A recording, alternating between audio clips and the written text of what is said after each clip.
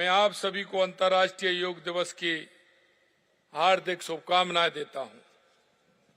ये मेरा सौभाग्य है कि आज मुझे इस गौरवशाली दिवस पर अरावली की पावन गोद में बसे आबू राज में ये योग करने का अवसर मिला है।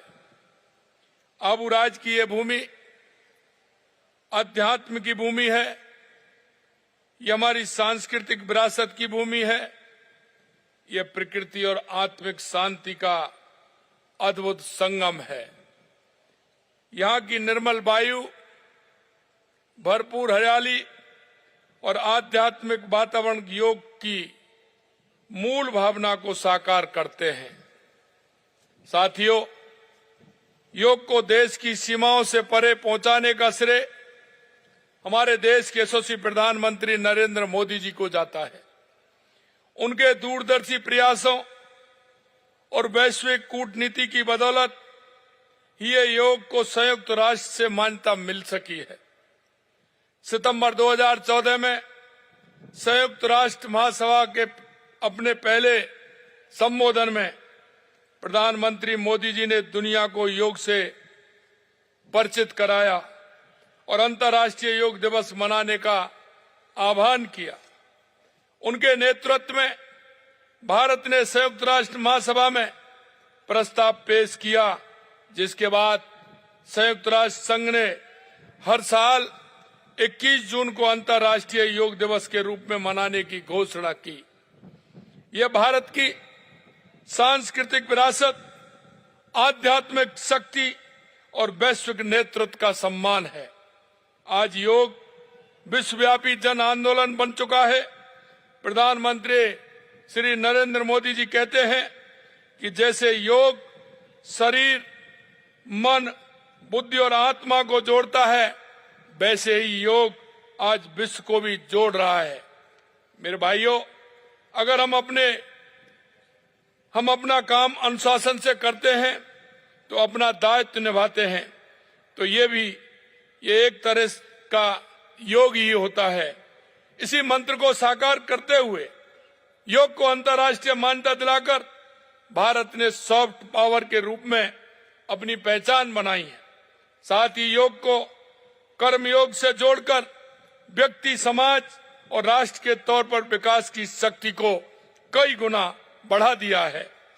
साथियों, आपको याद होगा कि पहला अंतर्राष्ट्रीय योग दिवस 21 जून 2015 को नई दिल्ली के कर्तव्य पथ पर आयोजित हुआ, जहां प्रधानमंत्री जी के साथ 35,985 लोगों ने एक साथ योग कर विश्व रिकॉर्ड बनाया। राजस्थान को भी योग में विशेष पहचान मिली है। वर्ष 2018 में कोटा में 1,05,000 से अधिक लोगों ने एक साथ योग कर गिनीज वर्ल्ड रिकॉर्ड बनाया था। मुझे गर्व है कि वर्ष 2025 में योग संगम पोर्टल पर 85 लाख से अधिक प्रतिभागियों के पंजीकरण के साथ राजस्थान पूरे देश में पहले स्थान पर रहा। इस वर्ष अंतर्राष्ट्रीय योग दिवस की थीम स्वस्थ वृद्धावस्था के लिए योग है। ये थीम इस बात पर केंद्रित है कि योग केवल युवाओं तक सीमित नहीं, बल्कि यह बढ़ती उम्र के लोगों को भी शारीरिक रूप से सक्रिय, मानसिक रूप से संतुलन और भावनात्मक रूप से मजबूत रखने का सशक्त माध्यम है। ये हम सभी भारतवासियों के लिए गर्व का विषय है कि हमारी प्राचीन ज्ञान परंपरा आज मानवता के कल्याण का वैश्विक माध्यम बन चुकी है। योग भारत की 5000 साल पुरानी विरासत है। योग केवल व्यायाम नहीं, बल्कि मन, शरीर, आत्मा को जोड़ने वाली जीवन पद्धति है।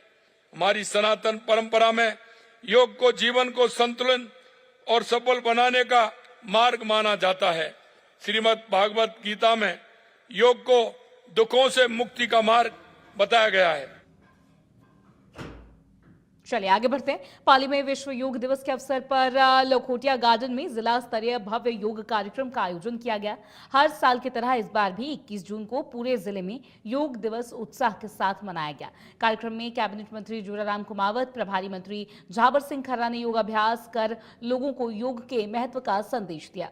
इस मौके पर जिला कलेक्टर रविंद्र गोस्वामी, एसपी मोनिका सेन सहित कई